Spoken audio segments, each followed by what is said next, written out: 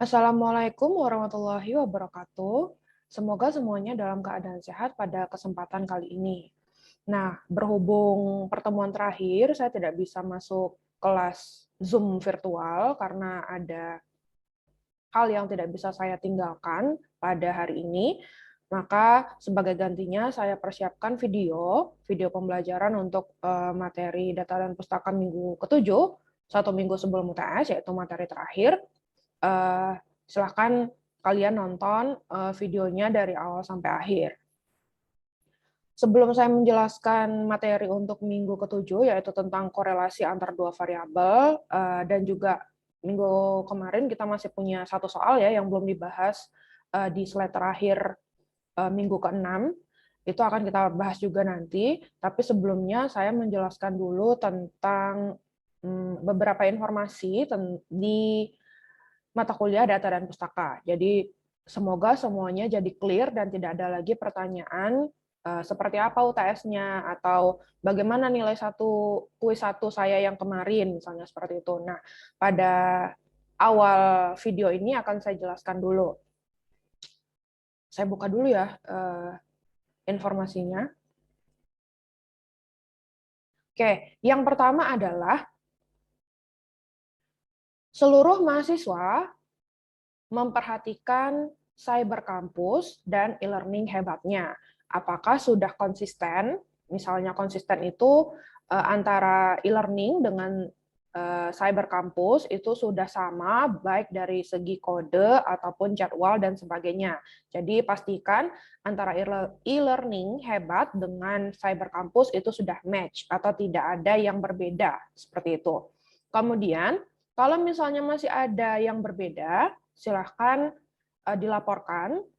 Ada yang kelas e-learning hebatnya ada 2. Yang pertama, pindah, kemudian tapi riwayatnya atau kelasnya masih ada di e-learning hebat, juga silahkan dilaporkan. Bagaimana cara melaporkannya? Silahkan isi Google Form yang sudah saya lampirkan pada e-learning kelas masing-masing. Jadi silahkan dibuka kelas data dan pustakanya, kemudian pada minggu ke-7 atau TM7 itu sudah saya sediakan link Google Form. Silahkan bisa dilampirkan atau diinformasikan di sana, dan saya akan membantu untuk meneruskan ke tim data dan pustaka pusat, supaya bisa ditindaklanjuti. Hal itu dilakukan agar nilai kalian pada saat UTS nanti, antara cyber kampus dengan e-learning-nya itu sinkron. Jadi pastikan ya, tidak ada yang double, kemudian bingung sendiri mau masuk atau mau ikut kuis yang di kelas mana. Tentunya karena kita mengacu pada cyber sebagai sistem utama di Universitas Airlangga, semua e-learning harus mengacu pada cyber kampus. Baik itu kode kelas, jadwal kelas, hari kuliahnya dan sebagainya itu harus sesuai dengan cyber kampus. Kemudian yang kedua, karena banyaknya kendala yang terjadi pada kuis pertama, masih ingat ya kuis pertama minggu lalu, di akhir pertemuan ke-5, tidak jadi diperhitungkan pada total nilai akhir. Jadi tidak ikut dalam perhitungan di nilai akhir mata kuliah data dan pustaka. Hanya sebagai evaluasi saja, mengetahui kemampuan kalian dari minggu pertama sampai minggu keempat itu apakah sudah paham atau belum. Jadi jangan khawatir. Dengan adanya evaluasi atau kuis pertama itu, maka kalian sudah tahu ya seperti apa kira-kira evaluasi atau ujian tengah semester yang akan kita lakukan pada minggu depan atau 2 minggu lagi, pada rentang waktu ujian tengah semester atau UTS. Kemudian untuk kebijakan UTS, mengenai jadwal, untuk jadwal silahkan dicek di cyber kampusnya masing-masing, kapan ujian untuk mata kuliah data dan pustaka. Kemudian UTS soalnya akan tetap multiple choice question atau pilihan ganda dengan e-learning hebat, dengan settingan waktu yang diperpanjang tentunya ya, tidak hanya 10 menit, dan terdapat tombol previous question. Jadi bisa kembali ke soal sebelumnya. Jadi tidak harus lanjut, dan lanjut seperti itu. Jadi mekanismenya diubah oleh tim pengampu data dan pustaka. Kemudian saya ingatkan kembali, karena saya mengajar kelas ini dari minggu pertama sampai minggu ketujuh, dan untuk UTS, saya merekap nilai keaktifan kalian semua pada minggu pertama hingga minggu ketujuh. Dan pada minggu ke-8 setelah UTS sampai dengan minggu ke-14 itu bukan dipegang oleh saya lagi.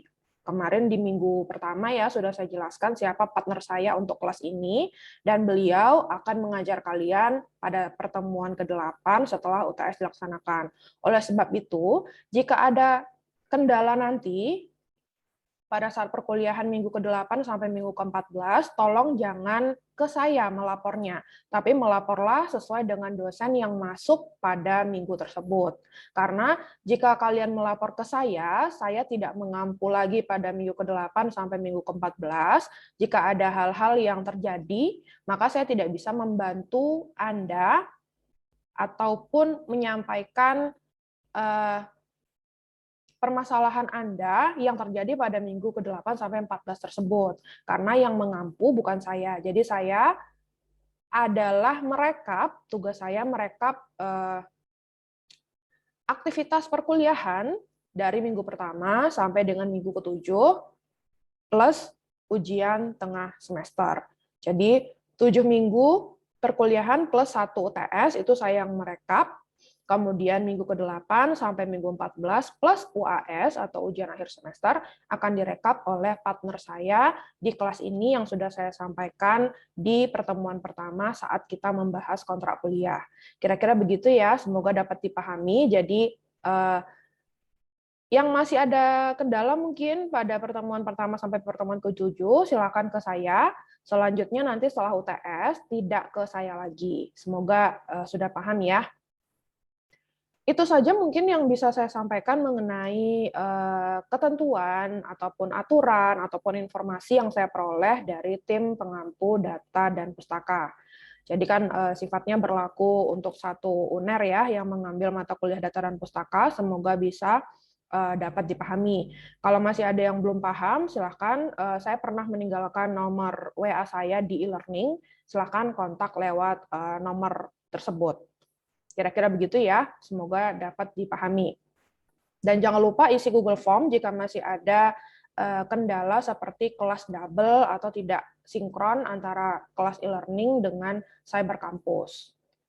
Kemudian kita mulai materi, yaitu kita bahas dulu ya soal terakhir di pertemuan ke-6.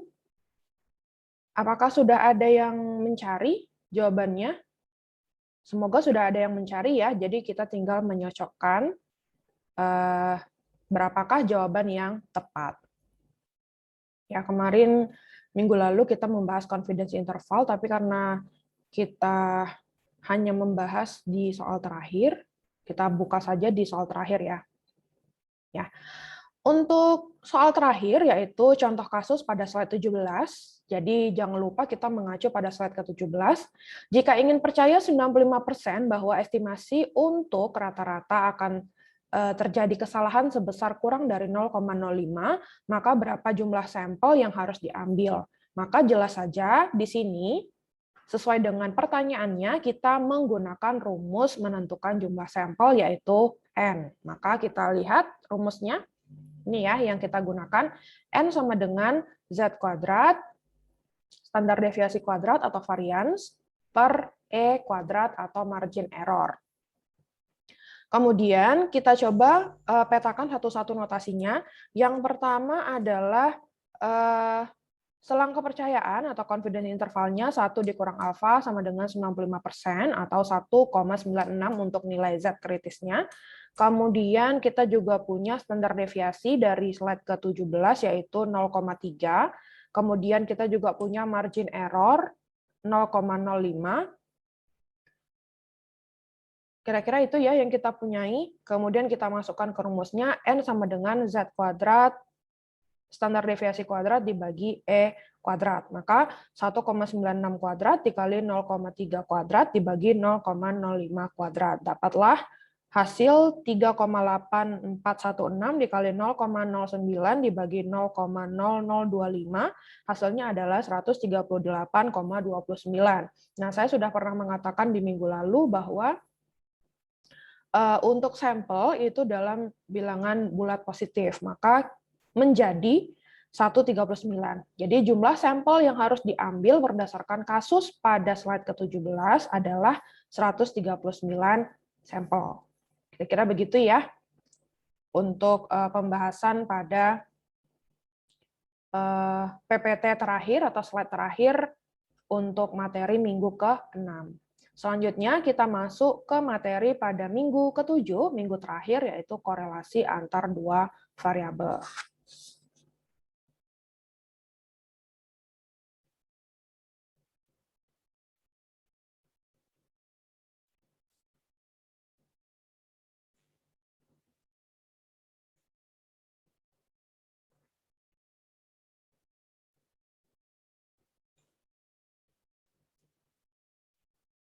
Oke. Selanjutnya kita akan membahas materi terakhir sebelum UTS. Jadi nanti UTS-nya sampai materi hari ini ya, yaitu korelasi antar dua variabel. Apa saja yang akan kita bahas pada materi terakhir sebelum UTS? Yang pertama adalah kekuatan dan arah korelasi, yang kedua mengestimasi korelasi data kategori, yang ketiga mengestimasi korelasi data kontinum atau kontinu, yang keempat adalah perbedaan antara korelasi dengan hubungan sebab akibat atau causal inference. Kita masuk yang pokok bahasan pertama adalah definisi korelasi. Korelasi antar dua variabel, dari topiknya saja kita sudah mengetahui bahwa kita punya variabel itu dua. Di sini kita anggap dua variabel itu adalah X dan Y.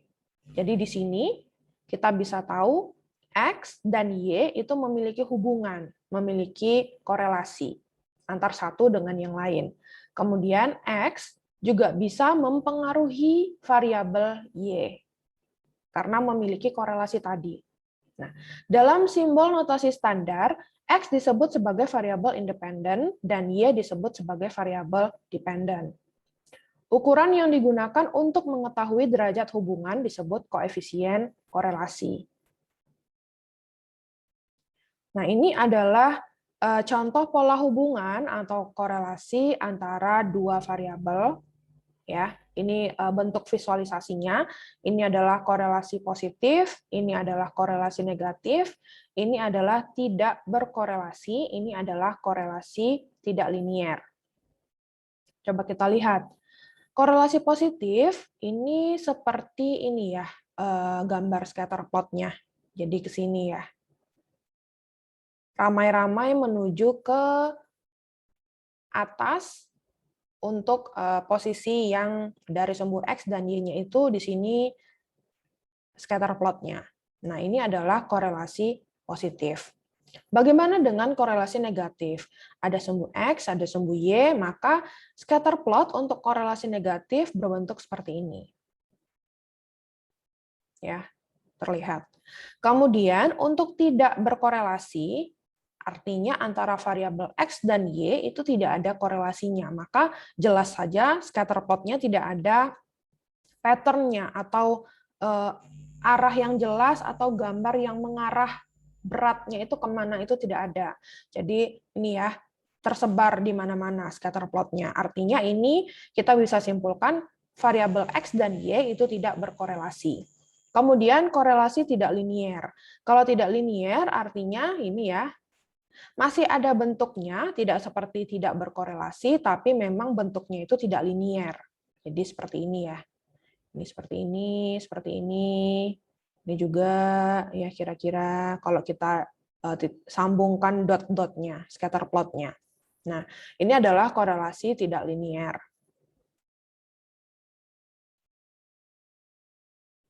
Kemudian ukuran korelasi atau koefisien korelasi. Nah, di sini kita mengetahui konsepnya dulu. Sebetulnya ukuran atau koefisien korelasi itu seperti apa sih?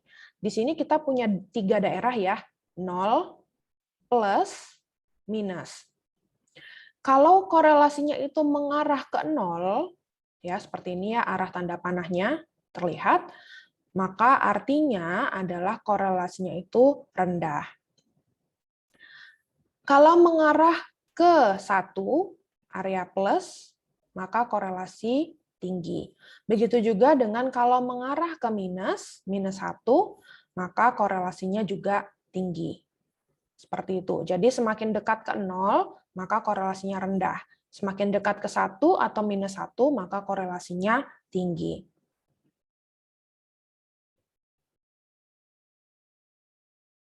Kemudian interpretasi nilai koefisien korelasi dari gambar yang sebelumnya ini. Kita interpretasikan sebenarnya nilai koefisien korelasi atau tingkat hubungan itu seperti apa sih? Jadi di sini kita punya 0,00 sampai 0,199 ini sangat rendah. Kemudian 0,20 sampai 0,399 ini rendah. 0,40 sampai 0,599 ini sedang. 0,60 sampai 0,799 ini kuat, dan yang terakhir adalah tentunya yang mengarah kepada nilai 1 ya, plus ataupun minus, 0,8 sampai 1 ini adalah sangat kuat untuk tingkat hubungannya. Nah, berlaku juga untuk nilai minus tabel ini, tinggal disesuaikan plus ataukah minus. Kalau plus berarti arahnya adalah 0 sampai 1, kalau minus 0 sampai minus 1. Jadi untuk tingkat hubungan dan interval koefisiennya tinggal menyesuaikan untuk yang minus. Kemudian uji korelasi. Uji korelasi ini ada 3 yang paling sering digunakan atau yang umum digunakan, yaitu yang pertama adalah data nominal, koefisien kontingensi, dan V-Kramer. Kemudian data ordinal ada korelasi Spearman, dan data kontinu atau korelasi Pearson. Dan ini yang akan kita bahas pada materi hari ini. Jadi tetap ada rumus ya, karena kita sudah bermain di uji korelasi, di confidence interval, mesti ada rumusnya. Ketika kita mengimplementasikan pada data, tentunya hitung-hitungan. Ini adalah tipe korelasi, ada 3, berdasarkan arah perubahan variabel, jadi terbagi menjadi 2, korelasi positif dan korelasi negatif. Kemudian berdasarkan jumlah variabel yang dipelajari atau yang sedang diteliti atau dianalisis, menjadi korelasi simple, korelasi multiple, dan korelasi parsial. Kemudian yang terakhir untuk tipe korelasi adalah berdasarkan kekonsistenan atau keteguhan rasio dari perubahan yang terjadi antar variabel. Ini adalah korelasi linear dan non-linear. Kemudian kita masuk kepada uji korelasi. Yang pertama adalah Pearson, koefisien korelasi Pearson product moment. Syaratnya seperti apa? Syaratnya sebuah uji korelasi Pearson adalah data berskala minimal interval atau data kontinu. Kemudian yang kedua, data berdistribusi normal. Nah, ini ada rumus, ya rumusnya bisa dilihat. R sama dengan N XI YI dikurang XI dikali YI dibagi akar pangkat 2 N XI kuadrat dikurang XI, kemudian dikuadratkan, N YI kuadrat dikurang YI, di total sum dulu, kemudian baru dikuadratkan. Jadi sebetulnya tidak ribet ya rumusnya, hanya saja harus teliti mana yang Y, mana yang X, mana yang XI kali YI, mana yang XI dulu harus ditambahkan kemudian dipangkat duakan, YI dijumlahkan dulu baru dipangkat duakan, atau YI pangkat 2 kemudian baru dijumlahkan. Nah, itu kan berbeda. Jadi itulah yang membuat rumus ini harus sedikit berhati-hati ketika kita mengerjakan.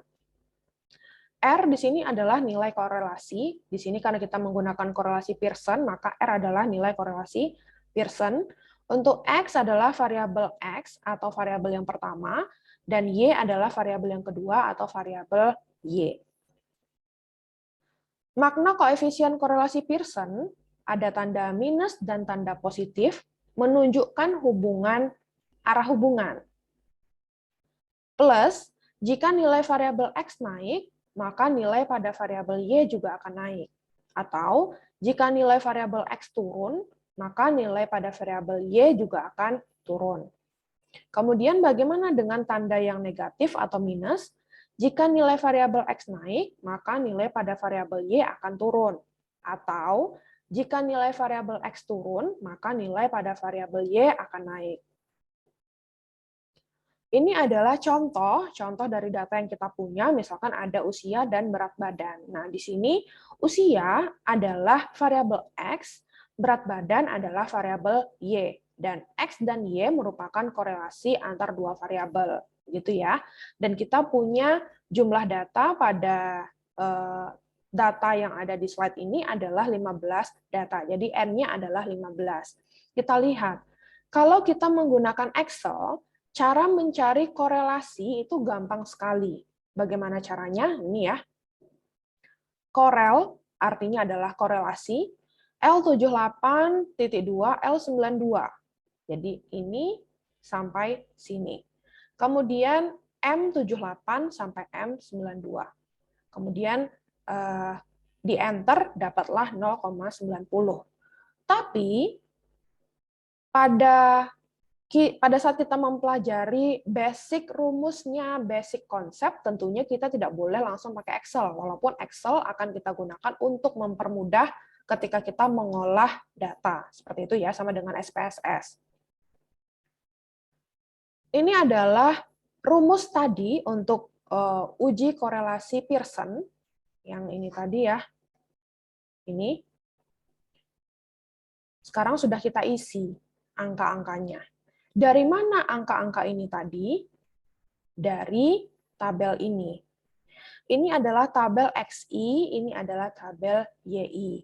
Maka sesuai dengan rumusnya, kita punya N-nya 15, ya. Kemudian kita punya XI dikali YI, maka kita kalikan. Ini dikali ini dikali ini dikali ini dikali ini, sampai dengan data ke-15, ini dikali ini. Kemudian nanti dijumlahkan.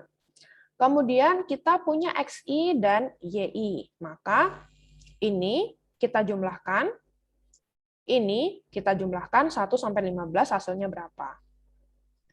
Kemudian di sini ada XI kuadrat. Maka ini kuadrat hasilnya berapa, ini kuadrat hasilnya berapa, sampai ini kuadrat hasilnya berapa. Dijumlahkan. Kemudian untuk YI kuadrat, maka ini dikuadratkan sampai 15, data ke-15 dikuadratkan, kemudian dijumlahkan.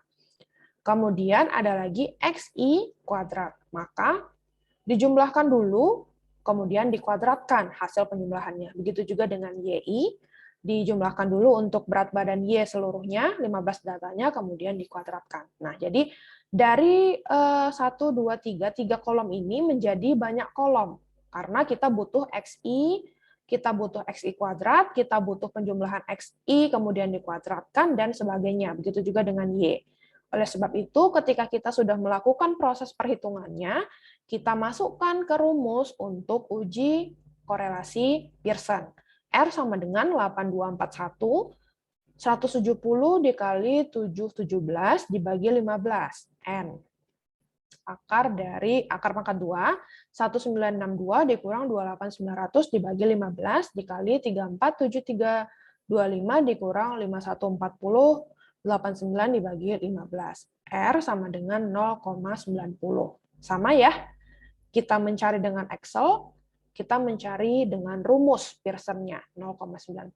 Maka dapat kita ambil kesimpulan, berdasarkan hasil pengujian, kita menemukan bahwa tingkat korelasi antara usia dan tinggi badan adalah 0,90.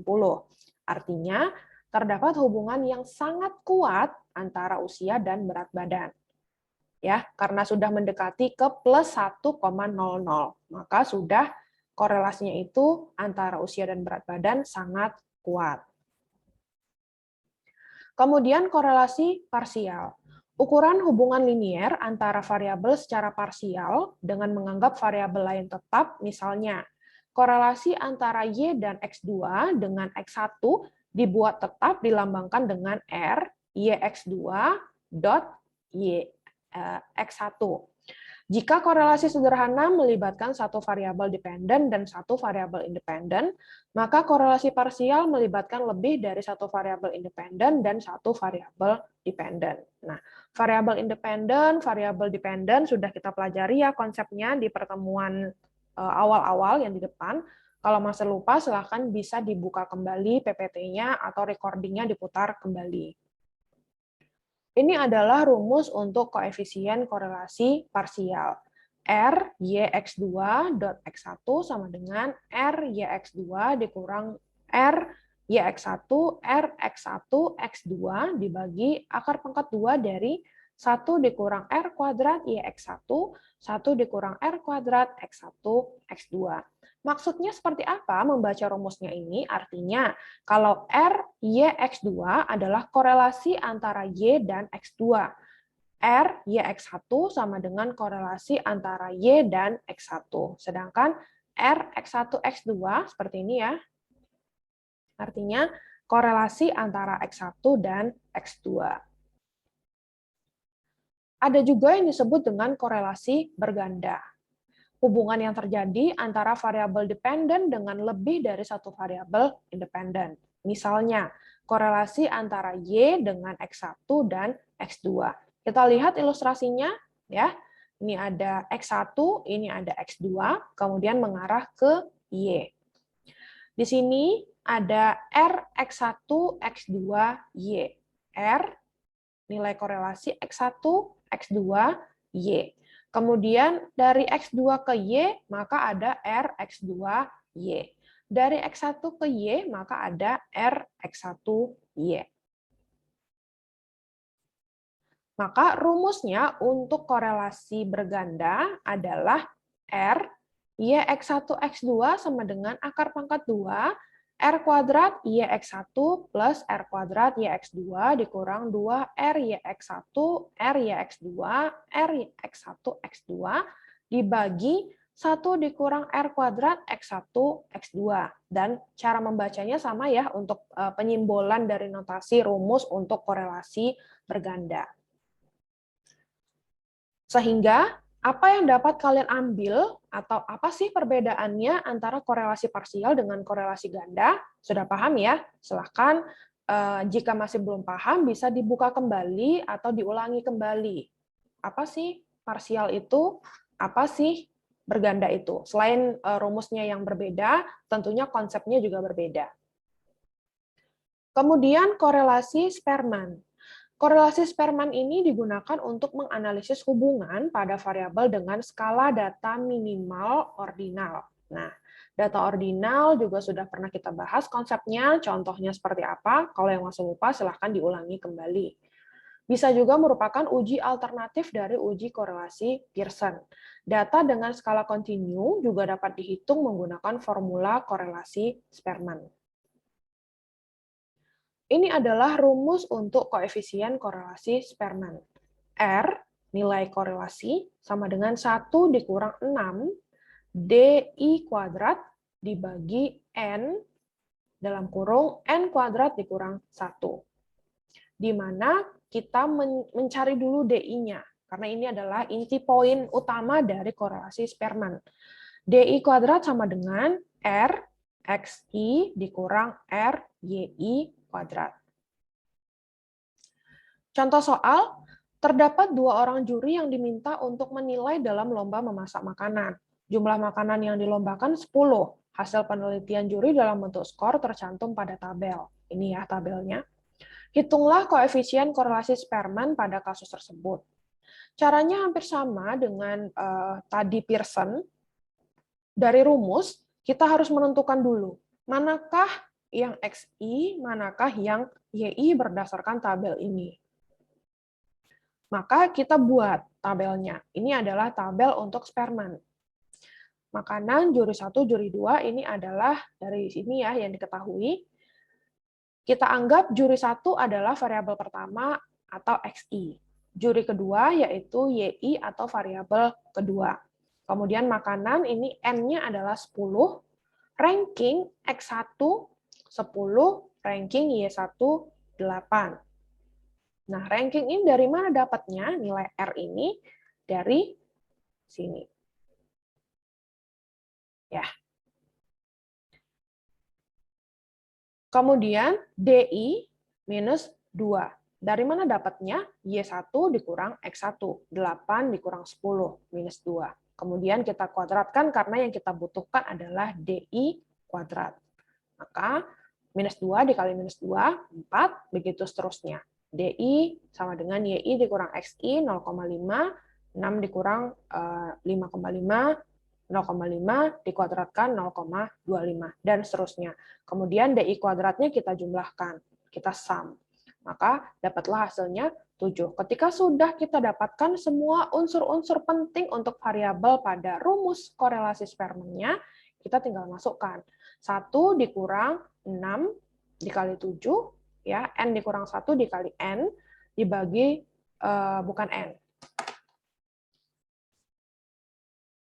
Ini ya, 6 dikali DI kuadrat, mohon maaf ya. 6 dikali 7 dibagi, ini ya, N-nya 10, N kuadrat dikurang 1. 10 kuadrat dikurang 1. Dapatlah hasilnya 1 dikurang 0,04 sama dengan 0,96. Ini adalah hasil uji korelasi Spearman-nya. Mendekati ke 1 juga, maka antara juri pertama dengan juri kedua itu korelasinya erat atau kuat. Selanjutnya adalah koefisien kontingensi C atau C. Koefisien kontingensi untuk mengukur keeratan hubungan antara dua variabel dengan skala data nominal. Data nominal sudah kita bahas konsepnya, yang lupa silahkan dibuka kembali materinya. Data nominal diubah ke dalam bentuk tabel kontingensi. Koefisien kontingensi bernilai antara 0 sampai 1, di mana semakin koefisien menuju nilai 1, semakin kuat hubungan antara kedua variabel. Jadi hampir sama ya dengan konsep korelasi antar dua variabel.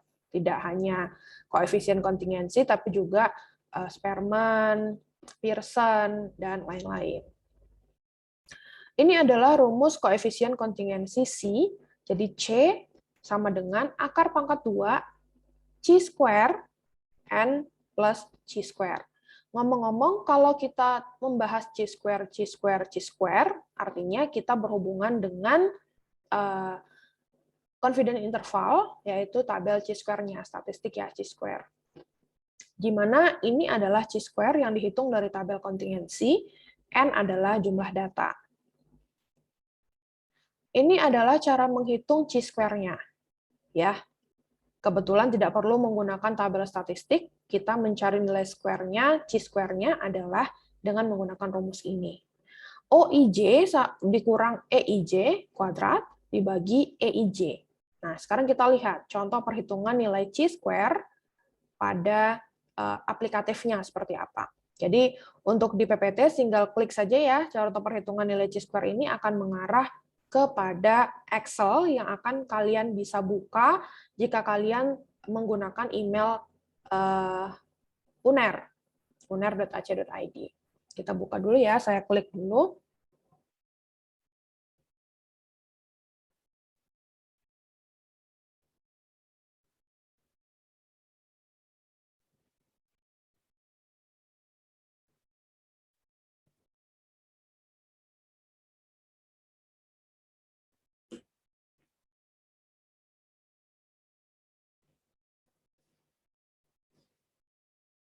Nah, ini adalah contoh perhitungan C-square-nya. Kalau misalnya kita punya contingency table, ya seperti ini, COVID-19 test result, RT-PCR plus, minus, RT-PCR plus. Gendernya male-female, frekuensi, nilai harapan, atau expected value untuk male dan female.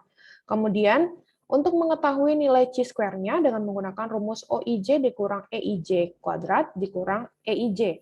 Maka C square-nya sama dengan 65, dapat dari sini, dikurang 102,86 kuadrat, dibagi 102,86. Ditambah 135 dikurang 97,14, dibagi 97,14 kuadrat. Ditambah 115 dikurang 77,14 kuadrat, dibagi 77,14. Ditambah 35 dikurang 72,86 kuadrat, dibagi 72,86. Maka kita dapatkanlah hasil 66,94. Ya, ini adalah cara menghitungnya. Ya, untuk total maka frekuensi totalnya dan ini kalau ditotalkan jadi 350. Kita kembali ke PPT.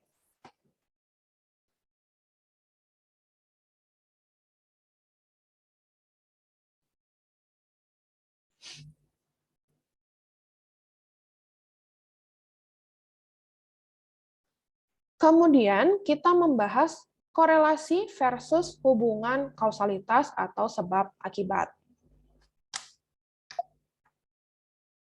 Apakah sama antara korelasi dengan hubungan sebab akibat? Misalkan kita punya kondisi korelasi antara musim hujan dengan jumlah kecelakaan lalu lintas. Artinya, setiap hujan deras, maka kecelakaan lalu lintas juga akan terjadi. Entah bannya selip, entah remnya tidak berfungsi, entah jalanan terlalu licin sehingga bannya yang sudah gundul menyebabkan tidak mampu untuk berjalan tanpa tergelincir, misalnya seperti itu. Pada waktu yang sama terdapat dua variabel yang muncul secara bersamaan, yaitu hujan deras atau musim hujan dan kecelakaan lalu lintas. Variabel X dan Y-nya. Namun, apakah kemudian hujan deras mempunyai hubungan kausalitas dengan kecelakaan lalu lintas? Apakah betul?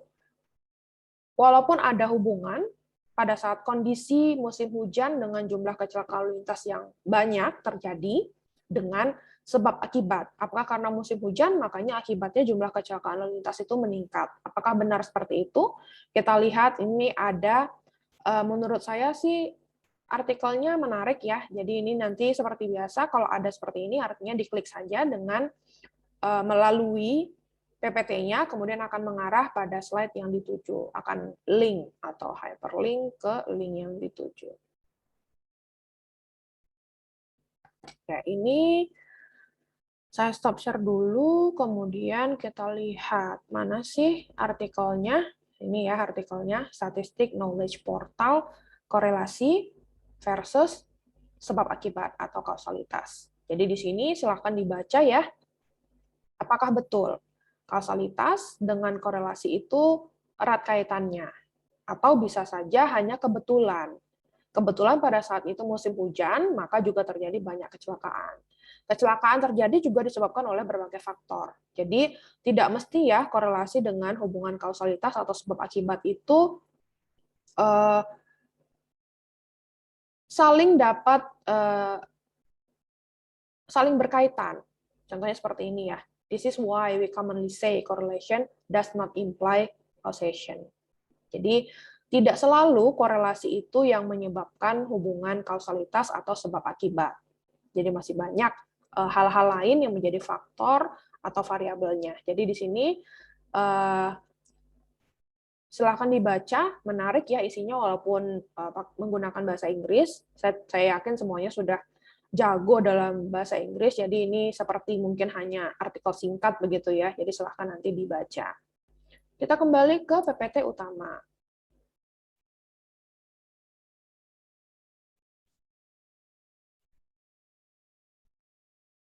Ini adalah requirement atau persyaratan untuk relasi kausal atau sebab akibat. Kondisi necessary, korelasi empirical association. Yang kedua adalah appropriate time order, sebab faktor independen ada sebelum dampak faktor dependent. Kemudian bukan terjadi karena variabel lain. Kemudian kondisi pentingnya mekanisme, dan konteks. Contohnya, children akan bereaksi lebih agresif ketika melihat laki-laki atau pria yang melakukan kekerasan ataupun tindak kriminal yang lain dibandingkan wanita melakukan tindak atau kriminal yang sama dengan yang dilakukan oleh pria. Jadi anak-anak lebih cenderung bersikap agresif, menunjukkan emosi yang lebih terhadap laki-laki daripada perempuan.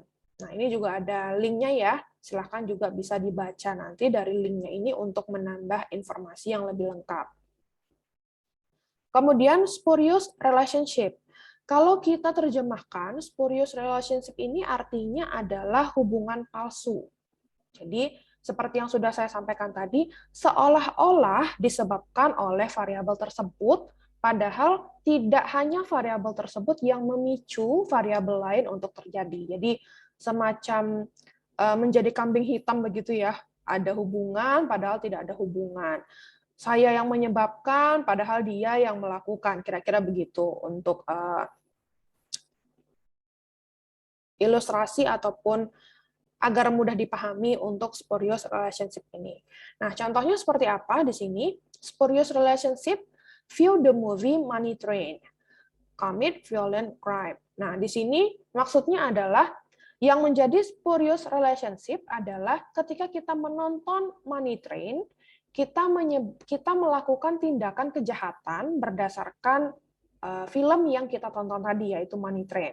Apakah betul ketika kita melakukan kejahatan itu disebabkan hanya karena kita nonton movie Money Train? Tidak adakah hal lain yang menyebabkan kita melakukan tindak kejahatan atau kriminalitas tersebut? Jadi seolah-olah movie-nya Money Train ini menjadi kambing hitam atau variabel utama ketika violent crime ini terjadi. Begitu juga dengan seperti ini.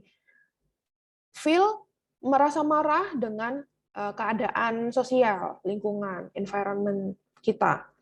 Kemudian kita nonton movie Money Train. Kemudian kita bertindak atau mengambil sikap, oh saya harus melakukan kriminalitas atau tindak kejahatan. Karena saya tidak merasa puas dengan kondisi di lingkungan saya, di kondisi sosial saya.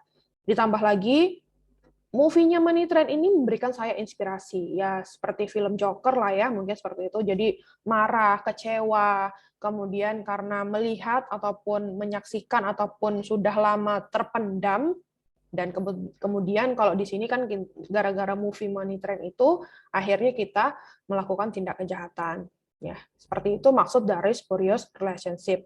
Nah, hubungannya dengan korelasi dan kausalitas atau sebab akibat.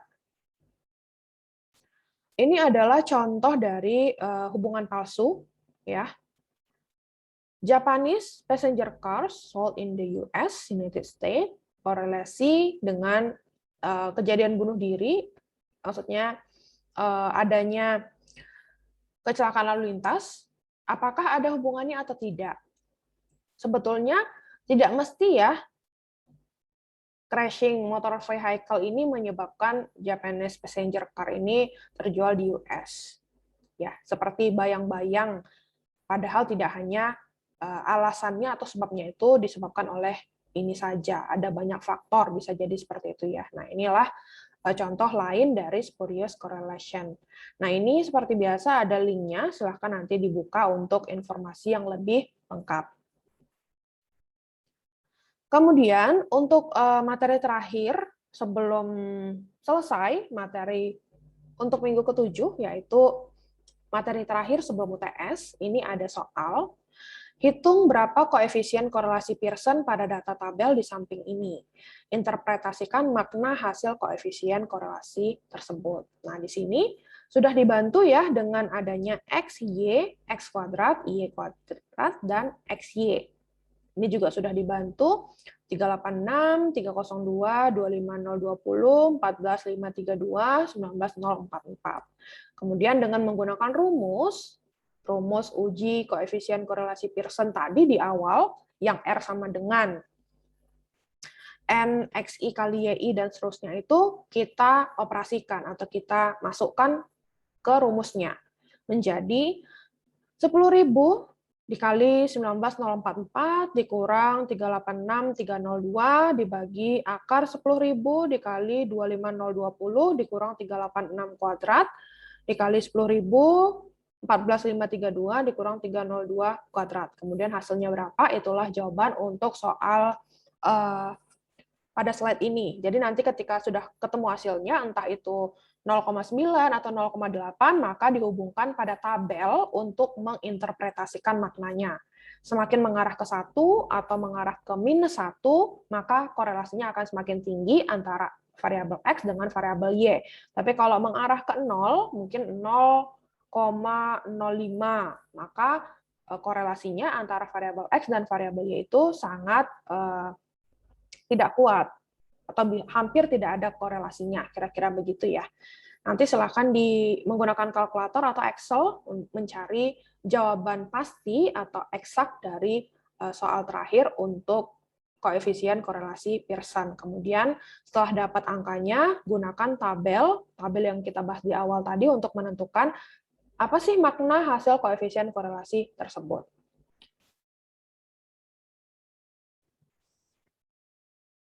Oke, sudah selesai untuk materi minggu ini, tidak terlalu banyak ya, hanya butuh mengetahui bagaimana sih implementasi dari uji korelasi Pearson, Spearman, korelasi berganda, parsial, kemudian apa sih itu korelasi dan kausalitas atau sebab akibat, apakah benar termasuk ke dalam spurious relationship atau tidak. Kira-kira begitu inti materi kita pada minggu ke-7 ini. Sama seperti minggu ke-6, tipsnya adalah pahami dulu konsepnya untuk setiap uji korelasi. Kemudian ketika sudah tahu kita mau menggunakan korelasi apa, rumusnya apa, kemudian angka-angka untuk setiap rumusnya yang akan kita olah. Setelah kita tahu, kita masukkan, dan kemudian kita operasikan, dan ketemulah hasilnya, uji korelasinya, dan kita kaitkan dengan uji korelasinya ini bagaimana, kuatkah, lemahkah, atau tidak berkorelasi, kira-kira begitu. Oke, saya stop share dulu untuk slide PPT-nya. Saya stop share. Oke, sebelum saya akhiri, karena ini adalah pertemuan terakhir di mana saya mengisi kelas data dan pustaka untuk kelas ini, dan nanti setelah UTS akan dilanjutkan oleh partner saya, seperti yang sudah saya sampaikan di awal tadi. Oleh sebab itu, saya mohon maaf apabila dalam mengajar saya masih banyak kurangnya, mungkin ada beberapa kata yang saya salah menyampaikan atau salah berbicara, dalam tindakan juga ada kurangnya, karena kelebihan milik Allah, kekurangan milik saya, begitu ya. Jadi mohon dimaafkan, dan semoga kita diberikan kesempatan untuk bertemu langsung atau via Zoom lagi dan media yang lain antara saya dan kalian untuk mata kuliah yang berbeda. Sekali lagi, terima kasih atas partisipasi dan keaktifan kalian dari minggu pertama sampai minggu ke-6, karena minggu ke-7 kan tidak ada keaktifan karena tidak ada kelas real time-nya. Terima kasih. Semoga selalu sehat, dan saya doakan semoga nilai ujian tengah semester atau UTS-nya dapat nilai yang bagus atau nilai yang baik. Terima kasih, saya akhiri kelasnya. Assalamualaikum warahmatullahi wabarakatuh.